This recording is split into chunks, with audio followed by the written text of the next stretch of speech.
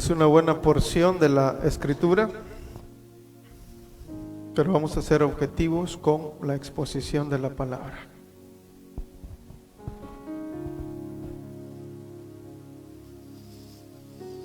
Gloria a Dios. Aleluya.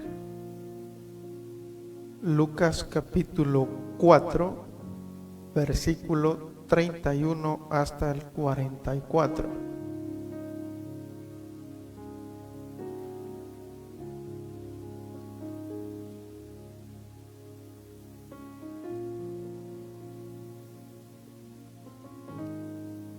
Creo que ya todos lo tenemos.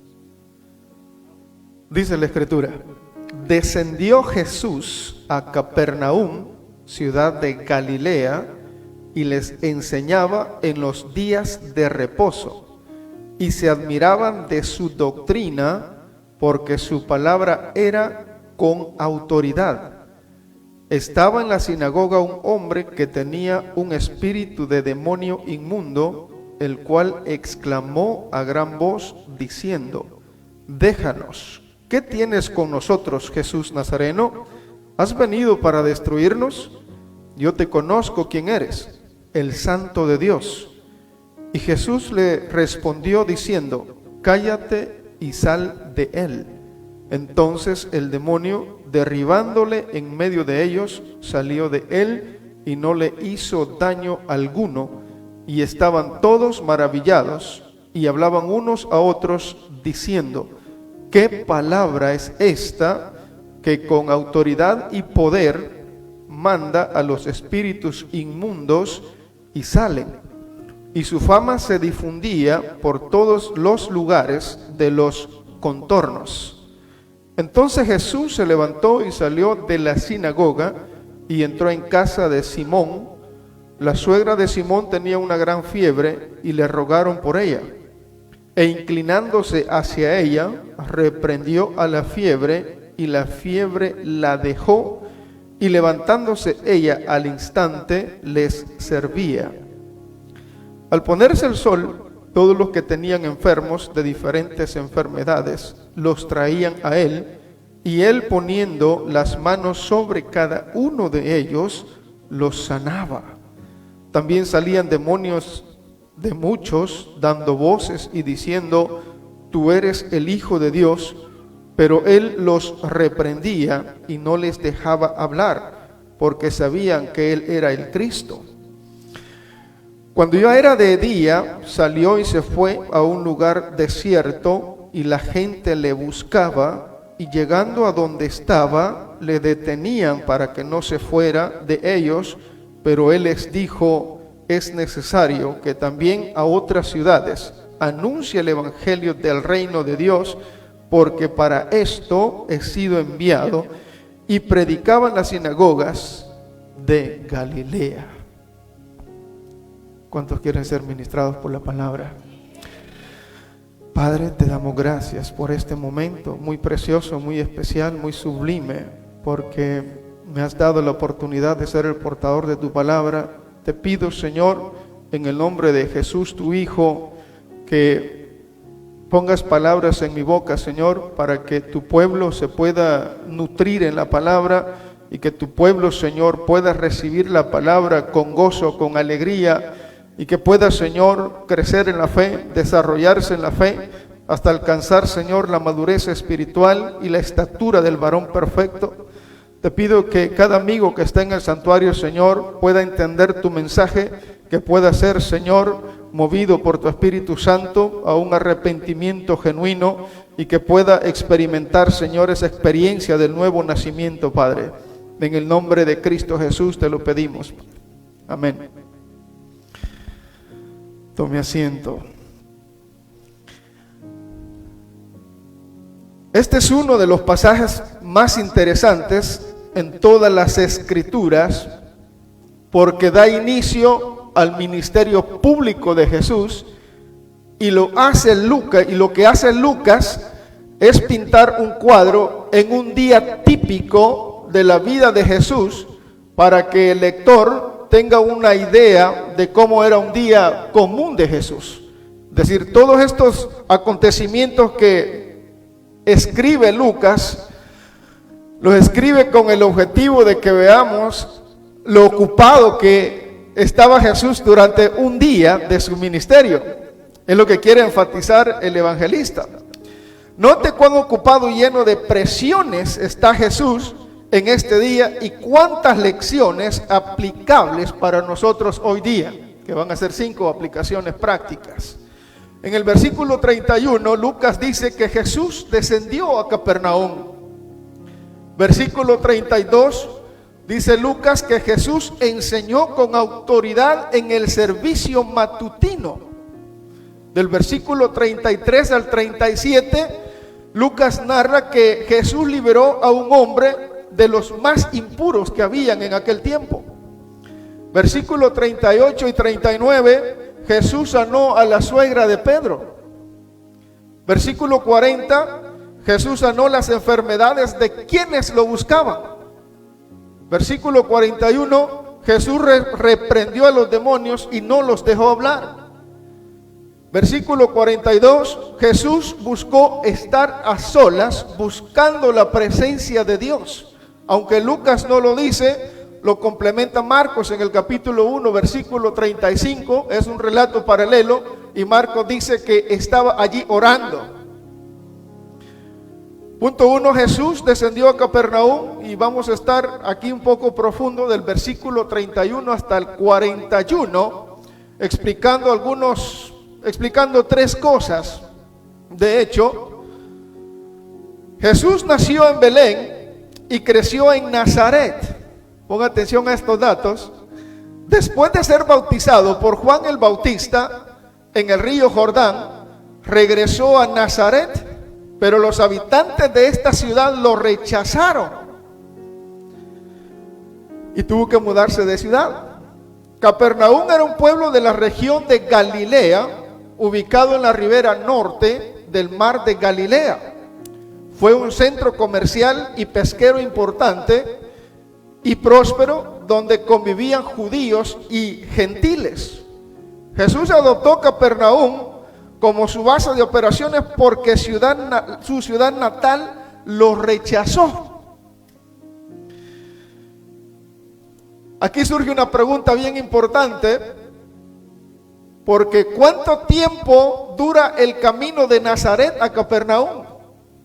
El escritor Lucas no lo dice, porque ellos conocían el contorno cultural de ellos y conocían las distancias. Es decir, que Lucas no tiene necesidad de hacer un estudio, de poner por escrito estos datos, pero cuando hacemos un análisis geográfico, nos dice que era una caminata de 64 kilómetros, un promedio de 4 días, que sigue el camino antiguo, camino que va desde la ciudad de Nazaret hasta el mar de Galilea.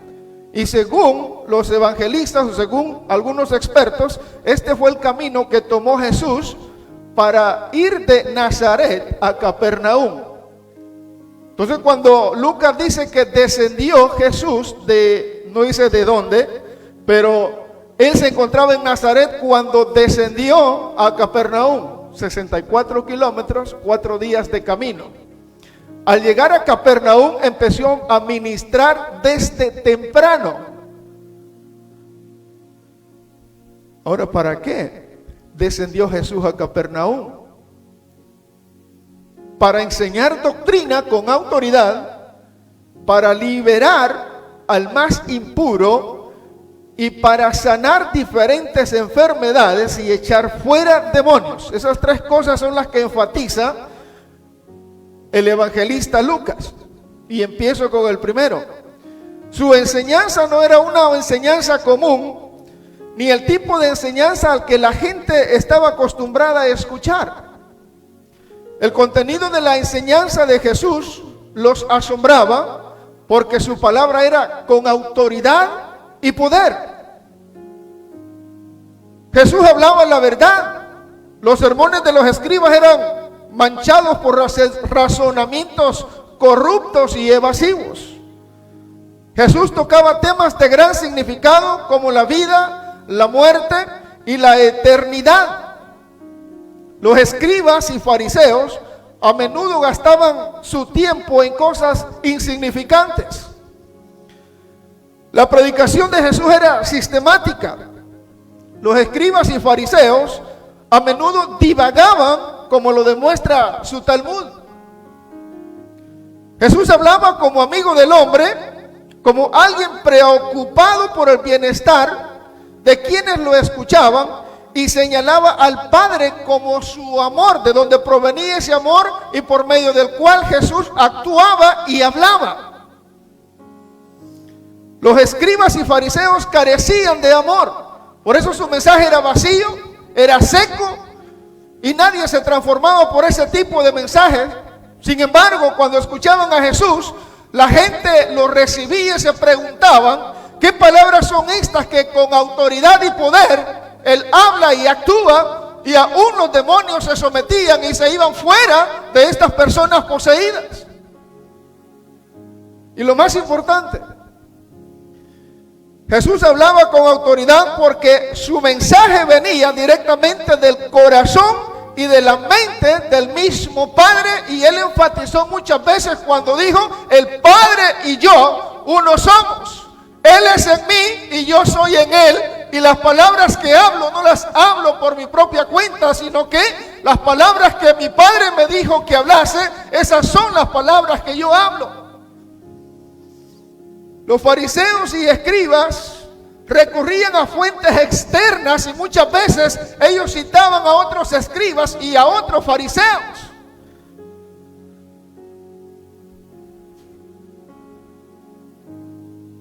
Los escribas siempre estaban tratando de sacar agua de cisternas rotas, pero Jesús sacaba agua de sí mismo, pues Él es la fuente de agua viva.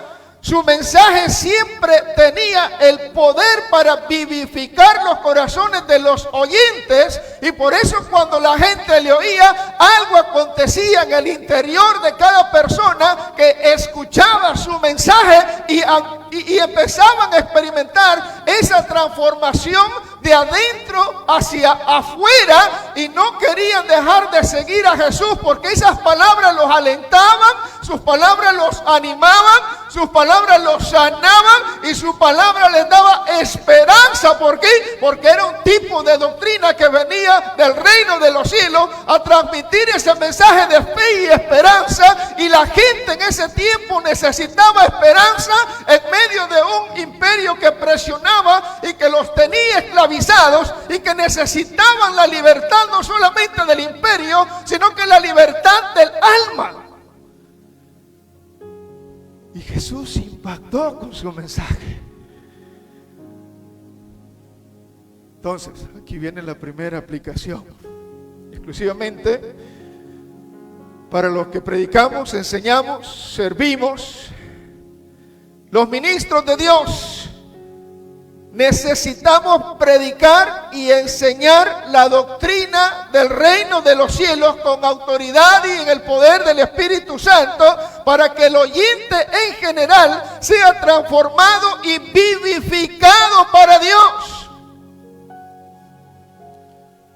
Eso es lo que necesitamos predicar los maestros, los ministros, los predicadores. Necesitamos explicar en qué consiste la doctrina del reino de los cielos, la doctrina que transforma la vida, no doctrina que solamente los entretiene, doctrina que transforme nuestro interior a la imagen del hombre nuevo que es Cristo Jesús. Y Él dijo allá: vestidos del nuevo hombre, el cual es hecho conforme a la santidad de Dios.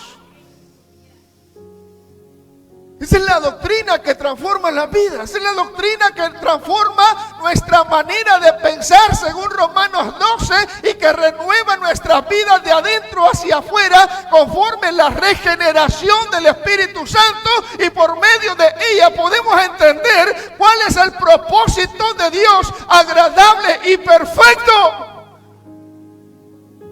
No hay otro tipo de mensaje. Ese es el mensaje del reino de los cielos. Ese es el mensaje de la cruz. Eso es lo que Cristo enfatizó día tras día e impactaba a su audiencia.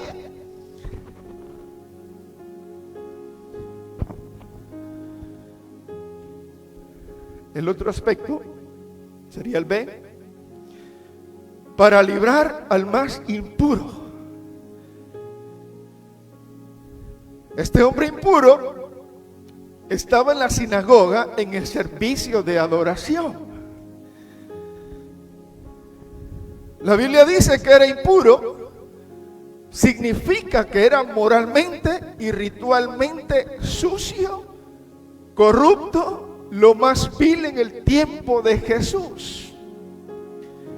Las personas del tiempo de Jesús que vivían en este tipo de condiciones desesperantes, se decían que estaban bajo el control de una fuerza maligna y que por consiguiente eran considerados pecadores.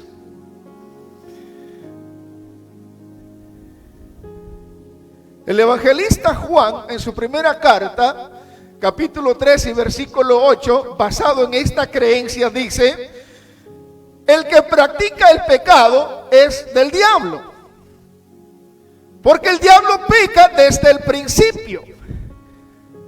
Pero para esto apareció el Hijo de Dios, para deshacer las obras del diablo. ¿Qué quiere enfatizar el evangelista Lucas? No tanto en el milagro, sino quién está detrás de ese milagro. ¿Quién está operando detrás de Jesús? Nadie en el pasado había echado fuera demonios, pero en esta ocasión Jesús ministra a este endemoniado, lo manda a callar, el demonio se calla y lo echa fuera de esa persona en un Shabbat, en un día de reposo, en la sinagoga. ¿Te vas a dar cuenta el trasfondo que tiene todo esto? Bien impactante, porque Lucas va enfatizando que en el Shabbat, y le adelanto un poco, los escribas y fariseos en el Shabbat ellos tenían ayuno, tenían oración y tenían adoración. Según Isaías capítulo 58, es un reclamo de Dios por medio del profeta Isaías, 800 años aproximadamente antes de Jesús, reclamándole a los sacerdotes porque ayunaban, oraban y tenían adoración a Dios, pero lo hacían por las razones equivocadas. Te vas a dar cuenta más adelante. Cristo Jesús, escuche bien, esta es la segunda aplicación. Cristo Jesús, como lo decía Colosenses 1:15, es el que tiene todo poder y autoridad para limpiar a toda persona que viene a Él, no importa cuán pecadora sea, no importa cuán sucia sea, no importa cuán bajo ha caído. Jesús tiene todo poder y autoridad en el cielo y en la tierra, y Juan dice que todo poder se le ha dado tanto en el cielo como en la tierra para ministrar al Hijo de Dios. Por lo tanto, Él tiene la libertad para echar fuera demonios, y por eso los mismos demonios lo condicionan y le dicen: vienes a destruirnos, Jesús, nosotros sabemos quién eres, el Hijo de Dios. Pero ¿por qué Jesús los manda a callar? Porque Jesús está iniciando su ministerio y no quiere que esas noticias se divulguen tan rápido, porque serían de peligro para Jesús y seguir con la predicación del Evangelio. ¡Qué sabiduría! Primera de Juan 1:9 dice: si confesamos nuestros pecados, Él es fiel y justo para perdonar nuestros pecados y limpiarnos de toda maldad. Y por si todavía tiene una conciencia pecaminosa, Hebreos dice que si la sangre de los toros y los machos cabríos servían para limpiarnos ritualmente de toda impureza espiritual, cuánto más la sangre de Cristo Jesús nos limpiará de nuestras conciencias pecaminosas para servirle al Dios vivo.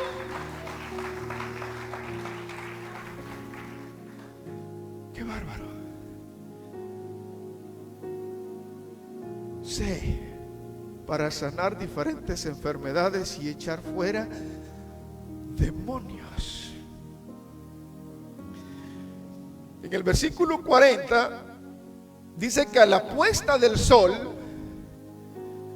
le seguían trayendo enfermos de diferentes enfermedades, y los demonios de muchos salían.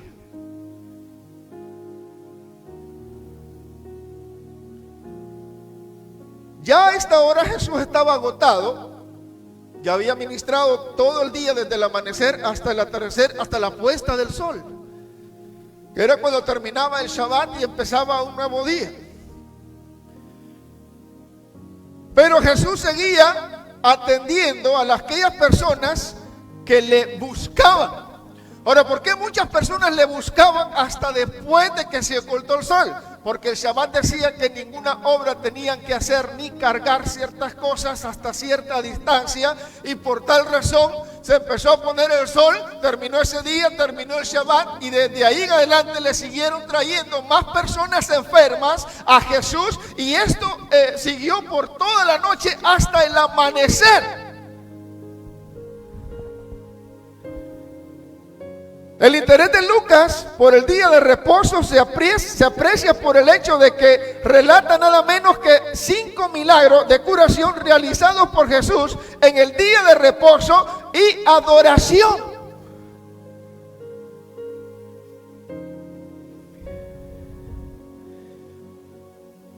Sin embargo, debemos agregar que Lucas da a conocer tanto el interés especial del propio Jesús en cuanto a una observancia correcta del día de reposo, en armonía con Isaías 58 que le mencionaba, con la posición de que Jesús, en oposición al punto de vista y práctica legalista de los escribas y fariseos, esto que está haciendo Jesús es un acto de oposición a lo que están acostumbrados a ver en la sinagoga. Porque los fariseos y escribas decían: hay 6 días para que vengan a las sinagogas y puedan ser sanos y ministrados por Dios. ¿Por qué vienen en Shabbat? Es decir, que la doctrina de Jesús inmediatamente ya está expresando una oposición a la enseñanza de los escribas y fariseos, que era legalista. ¿Por qué era legalista? Porque carecían del amor y la misericordia de Dios y se enfocaban solamente en el ritualismo.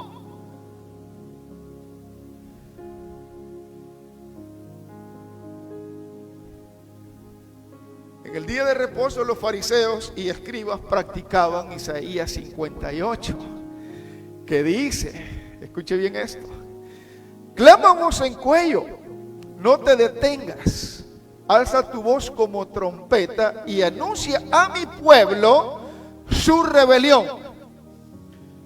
Anuncia al pueblo su rebelión y a la casa de Jacob su pecado.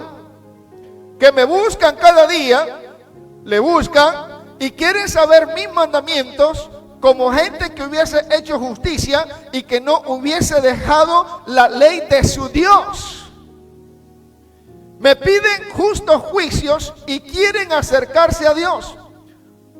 ¿Por qué dicen ayunamos y no existe caso? Humillamos nuestras almas y no te diste por entendido.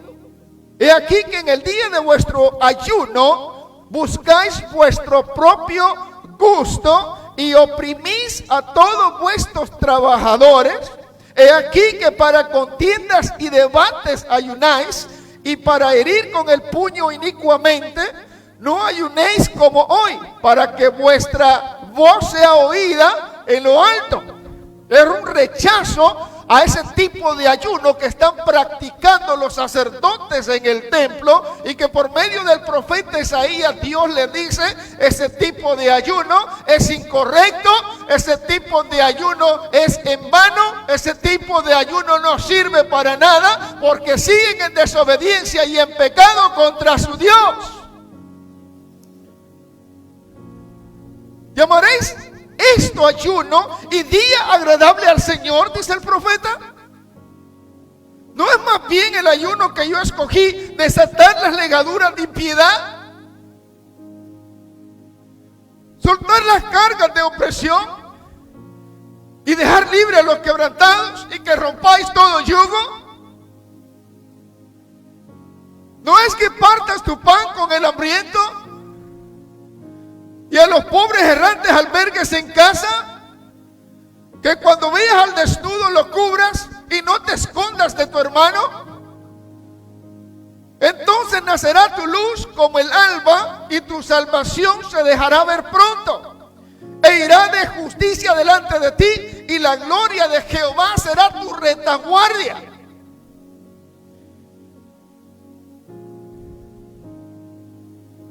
El ayuno, la oración y la enseñanza de los fariseos y escribas era vacía porque carecían del amor de Dios. Era seca, no tenía misericordia y no servía para nada.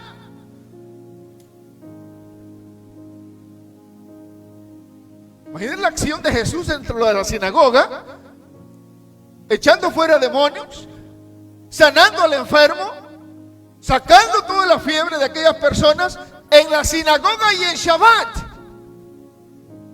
¿Por qué la gente entonces decía, por qué Jesús habla con autoridad y predica con denuedo y su palabra es poderosa? Porque el mensaje de Jesús nacía del amor de Dios, de la esencia de Dios. Por eso impactaba a las personas, hermanos, porque ese era el amor en acción de Dios. ¿Qué está enseñando Jesús por medio de eso? Que el culto no es más importante que la necesidad de las personas. Aún en Shabbat, aún en el culto, si en el culto, hermano, no los reunimos para ministrar al necesitado, para fortalecer al débil, para sanar al enfermo, entonces, hermanos, estamos errados, igual como estaban estos sacerdotes, porque se reunían, hermanos. Jesús está dando una gran lección. Estas reuniones es para ministrar al débil, para darle fuerza al que no tiene nada, para que el que no tiene fe se llene de fe y venga la liberación y se rompa las cadenas del diablo. Es para que las cadenas del pecado se caigan y cada ser humano que entra por esa puerta venga y conozca la libertad que es en Cristo Jesús. Jesús estaba interesado en el ser, no en el tener. Jesús está interesado en tu ser, no en lo que tú tienes. Porque todo lo que existe fue creado por Él y para los propósitos de Él. Y sin Él ninguna cosa subsiste. El propósito de nuestra vida está en tener a Jesús dentro de nosotros. Con Jesús lo tenemos todo. Colosenses 2:2, en Cristo Jesús estamos completos, en Él no nos falta nada. Efesios capítulo 2, todas las riquezas están escondidas en Jesús y somos colaboradores con Él y coherederos juntamente con Él.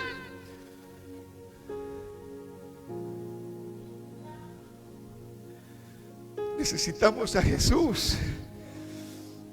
Aquella gente se hizo de Jesús, buscaba a Jesús, porque Jesús era la esperanza de ellos en un imperio que los presionaba, en un imperio, hermano, que los presionaba y los esclavizaba en la servidumbre.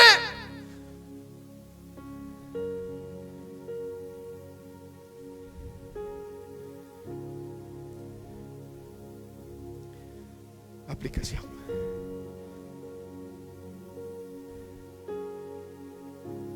Nadie que viene a Jesús regresa sin recibir ayuda. Jesús estuvo ministrando de día hasta el atardecer, estuvo ministrando desde que se puso el sol toda la noche, dice el relato, y cuando ya se hizo temprano, que todavía estaba oscuro, se fue a un lugar desierto para estar a solas, porque lógicamente estuvo cansado y necesitó recuperar su fuerza. Jesús es la gran esperanza para los que están desesperados, para los que están enfermos, para los que están indefensos, para los que están impuros y para los que están llenos y sumergidos en el pecado.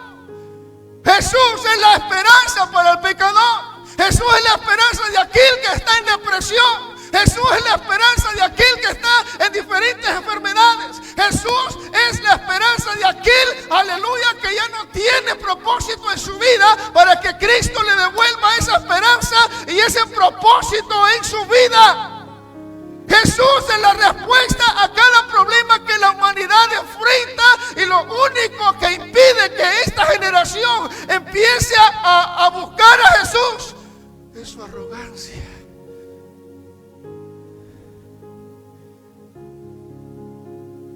Jesús tiene todo poder y autoridad para sanar toda dolencia y toda enfermedad. Lo único que hace falta es un corazón y una mente dispuesta para que Él empiece a ministrar tu vida de adentro para afuera.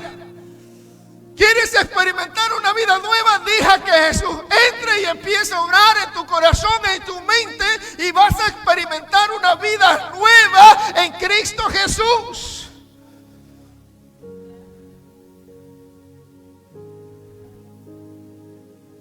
Es Él.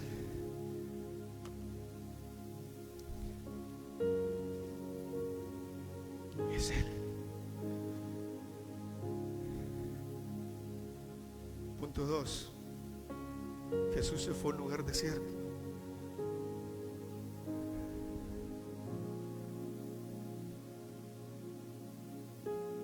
Aquí vamos a ver dos cosas. Jesús se apartó para orar y Jesús fue fiel a su misión. Vamos con el primero. Jesús se apartó para orar. Lucas no dice que se fue a orar, pero Marcos 1:35 dice que Él se fue a orar. El versículo 42 dice que cuando ya era de día, de nuevo otra vez, salió y se fue a un lugar desierto. Lucas no dice a qué se fue a ese lugar, pero Marcos 1:35 es un texto paralelo y dice que levantándose muy de mañana, siendo aún oscuro, salió y se fue a un lugar desierto y allí oraba.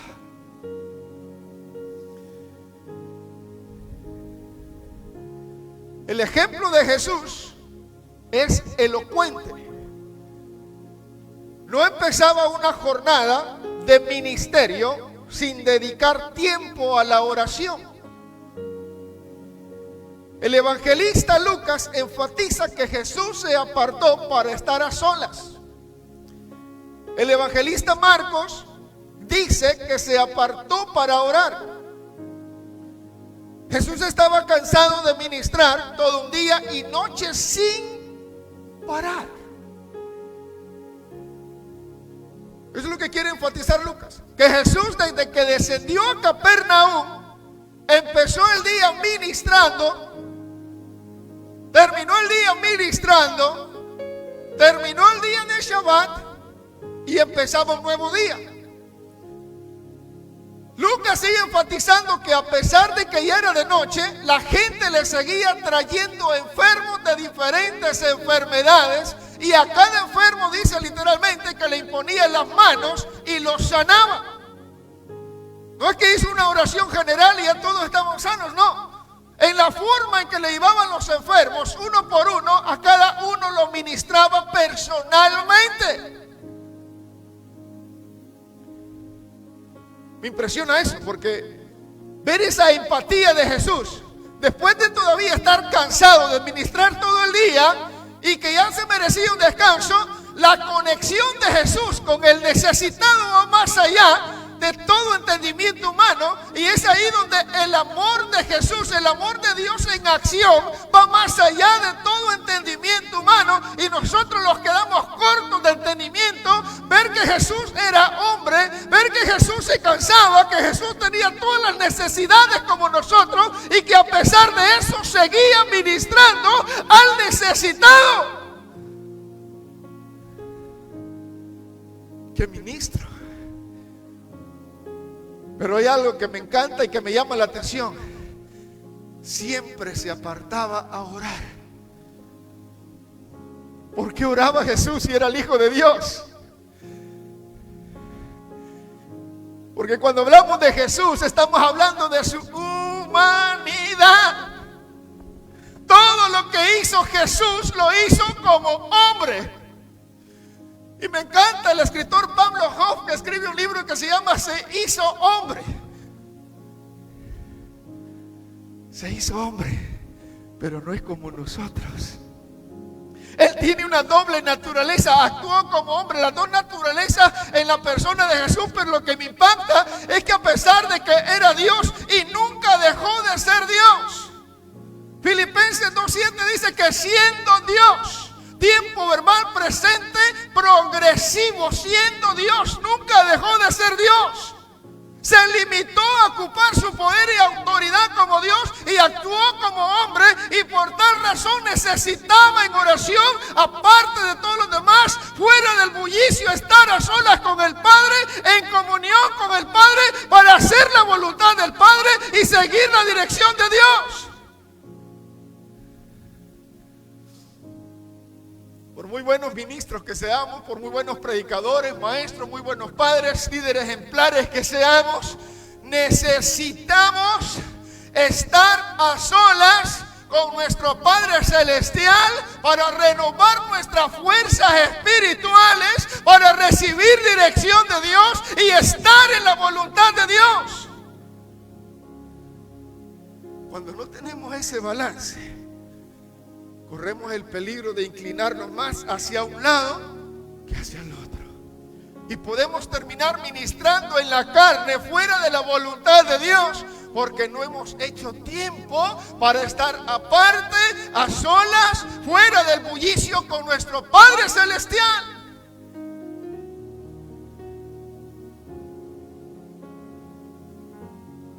Jesús estaba cansado de ministrar, ¿cuántos lo creen?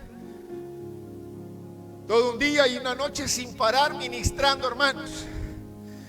Él necesitaba renovar sus fuerzas.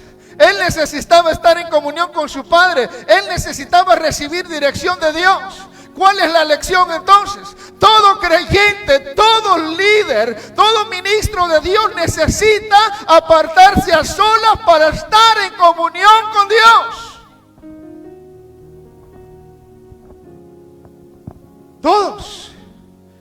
Porque el trabajo, la familia, el ministerio nos cansa y necesitamos renovar nuestra fuerza y descansar en el Señor para no terminar ministrando en la carne.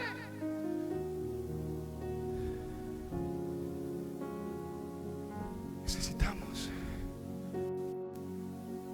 Eso lleva comunicación, una gran comunicación en el hogar, en la pareja, con los hijos, con los líderes, con los diferentes ministros, hermanos, porque todos necesitamos ese tiempo aparte con Dios. Una cosa es tener la oración juntos en armonía. Es hermoso interceder juntos, hermanos. Se siente la presencia de Dios, se siente la unción del Espíritu de Dios, pero ese momento a solas es donde nosotros nos fortalecemos en la fe.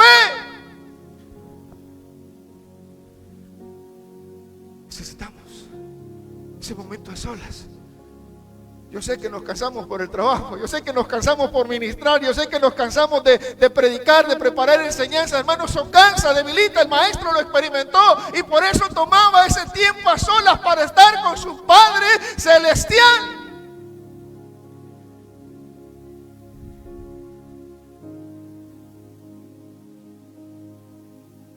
Ve, Jesús fue fiel a su misión. Pero Él les dijo, es necesario que también a otras ciudades anuncie el evangelio del reino de Dios, porque para esto he sido enviado. Y predicaba en las sinagogas de Galilea. Humanamente hablando, Jesús estaba perdiendo una gran oportunidad, ya que la gente se había amontonado en la casa de donde Él estuvo ministrando. Ya estaba ganando fama, la fama se divulgaba por diferentes lugares. Pero hay una cosa impactante: a Jesús no le interesaba la popularidad. Jesús no estaba interesado en los elogios. Jesús no estaba interesado en que le dijeran amén. Jesús no estaba interesado en que le dieran un aplauso por su predicación o por su enseñanza. Jesús no estaba interesado en que cuando terminara el sermón se acercaran y le dijeran: mira, Jesús, qué bárbaro, qué mensaje te aventaste. Él estaba desapercibido, porque el objetivo de Jesús no era la fama. El objetivo de Jesús era anunciar las buenas nuevas del reino de los cielos. Lo que el ser humano necesita es que le prediquen las buenas nuevas del reino de los cielos, para que el problema que en realidad tiene pueda venir y solucionar ese problema principal que tenemos el ser humano, que es el pecado.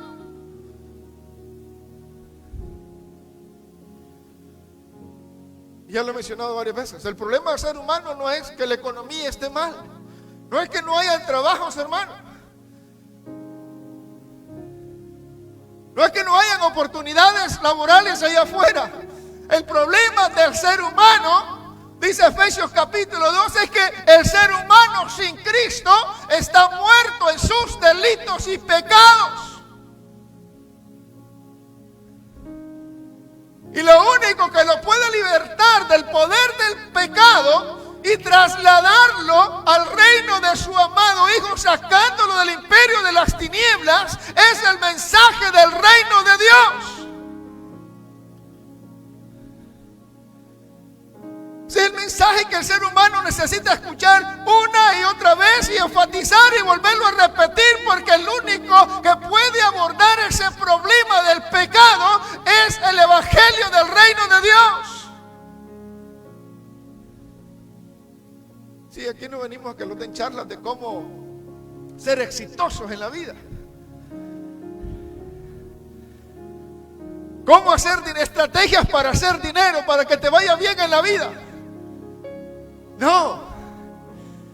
Si el éxito de la vida fuera tener dinero, saber cómo hacer dinero, entonces ¿por qué tenemos tanta gente rica que se suicida a causa de las grandes depresiones que experimentan? Porque tienen mala relación con su familia, tienen una gran presión en sus negocios y todavía hay algo en su interior que les reclama que son esclavos del pecado.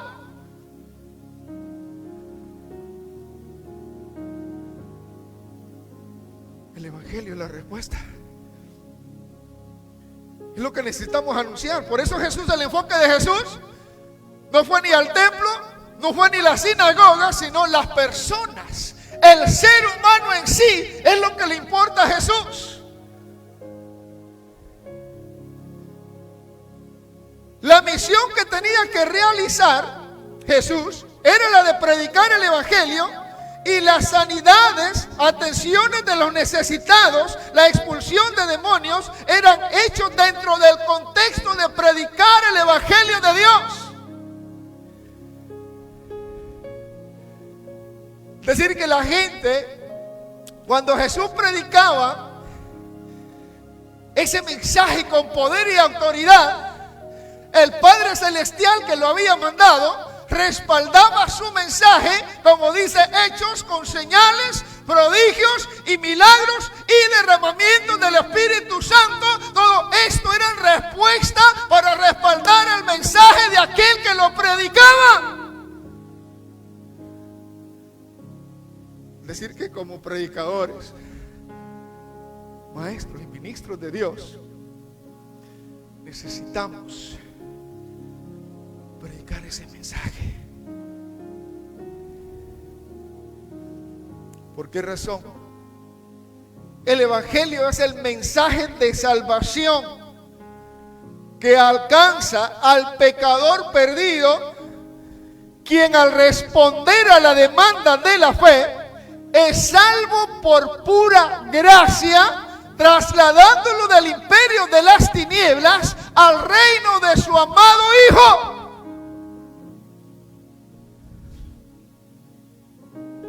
Ahí no dice que porque tengas la cuenta llena de dinero.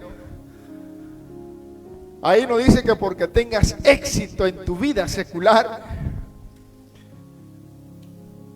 Sino que es por el mensaje del Evangelio. Aquí viene la última aplicación. Esto es para la iglesia.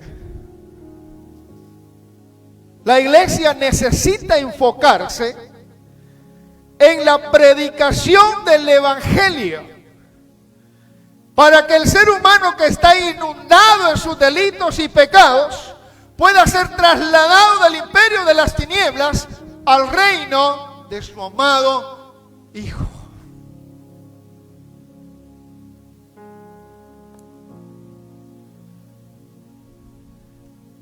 Y la respuesta de todo eso es: necesitamos a Jesús.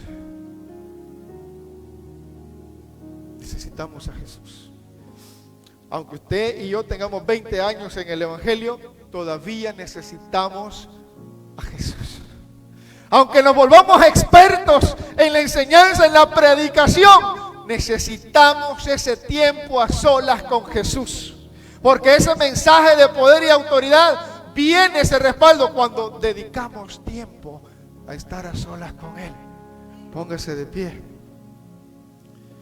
Oh, bendito sea tu nombre, Señor.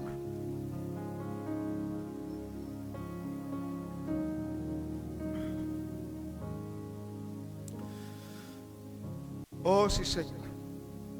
Padre, te damos gracias, porque tú eres bueno y para siempre tu misericordia. Bueno es esperar en ti, Señor, porque nunca decayeron tus misericordias. Cada mañana, Señor, se renuevan tus misericordias. Por eso no hemos sido destruidos todavía, Señor, porque nunca decayeron tus misericordias. Gracias te damos en esta hora. Gracias, Padre eterno, por cada hermano que está en el auditorio, por cada ministro de tu palabra, Señor, que está en este auditorio. Yo te pido por cada uno de ellos, Señor, para que tu palabra no regrese vacía. Tu palabra, Señor, nunca regresa vacía. Siempre hace todo aquello para lo cual tú le enviaste, Señor. Porque así como la lluvia y la nieve descienden del cielo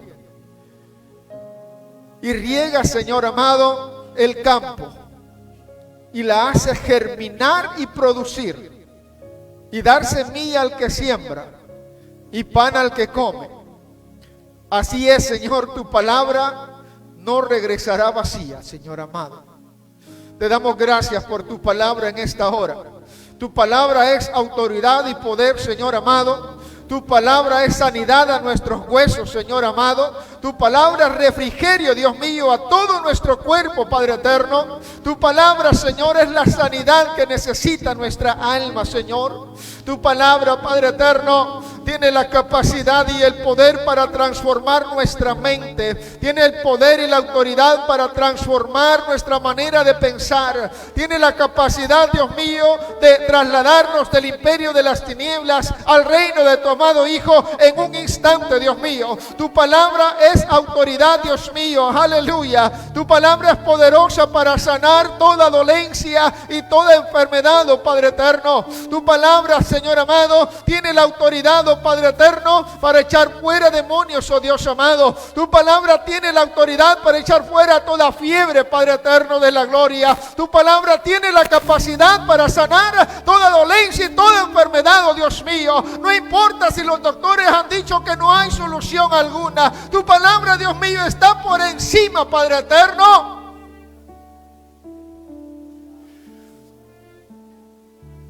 Así que yo no sé cómo tú has venido como creyente del Señor. Si has venido sin esperanza, sin fe, en esta tarde la palabra te ha hablado. La palabra ha sido clara y ha puesto en evidencia que la palabra de Dios no tiene limitaciones, que la palabra de Dios puede hacer todo aquello que nosotros necesitamos. Padre eterno, mira cada vida que está en este santuario, que está necesitado, Señor. Mira cada corazón, Señor amado, que está en este santuario, que necesita ser ministrado por tu palabra. Cada vida que ha venido, Señor, quizás enferma, con necesidad de renovar su fuerza. En esta tarde, Dios mío, te pedimos en el nombre de Jesús de Nazaret, que tú le ministres, Señor amado, y que multiplique su fuerza, Dios mío. Pedimos, Padre eterno, que tú seas ministrando cada vida que ha venido decepcionada de la vida, que se ha quedado sin esperanza, Señor, y que ha escuchado el mensaje de esta tarde, Padre eterno. Te pedimos que tu Espíritu Santo sea, Padre eterno, convenciendo de pecado. Que tu Espíritu Santo sea redarguyendo cada vida, Padre Santo. Tu Espíritu Santo sea ministrando cada corazón en esta tarde. Padre, hay una gran necesidad. Oh, hay una gran necesidad en este santuario, Dios mío. Hay personas que todavía están guardando resentimiento. Hay personas con resentimiento que necesitan ponerse a cuentas con el Señor. Solamente Él puede entrar allí y ministrar tu corazón. Esta tarde es para ti, esta tarde es para ti. Dios, solamente Dios puede entrar en tu corazón y remover ese remordimiento que vienes guardando todavía. Solo Dios es el único capaz de entrar en tu corazón y ministrarte internamente. Solo Él es capaz. En esta hora, en el nombre de Jesús, te pedimos, Padre Santo, te pedimos que seas tú ministrando de una forma especial, Señor, a cada vida, a cada corazón. Aquellas vidas, Señor, que vienen decepcionadas, que ya tienen una vida, Señor, quizás sin sentido, que necesitan encontrar la dirección de su vida, Padre eterno. Les llamamos en esta hora que vengan, Dios mío, para que tú les ministres de una forma especial. Hacemos un llamado a aquellas vidas que todavía no conocen al Señor Jesús y que necesitan venir a la libertad, que necesitan experimentar esa libertad en Cristo Jesús. En esta tarde le invitamos. En esta tarde te hacemos el llamado para que te pongas a cuentas con el Señor. Él seguramente te va a ministrar y te va a transformar esa vida.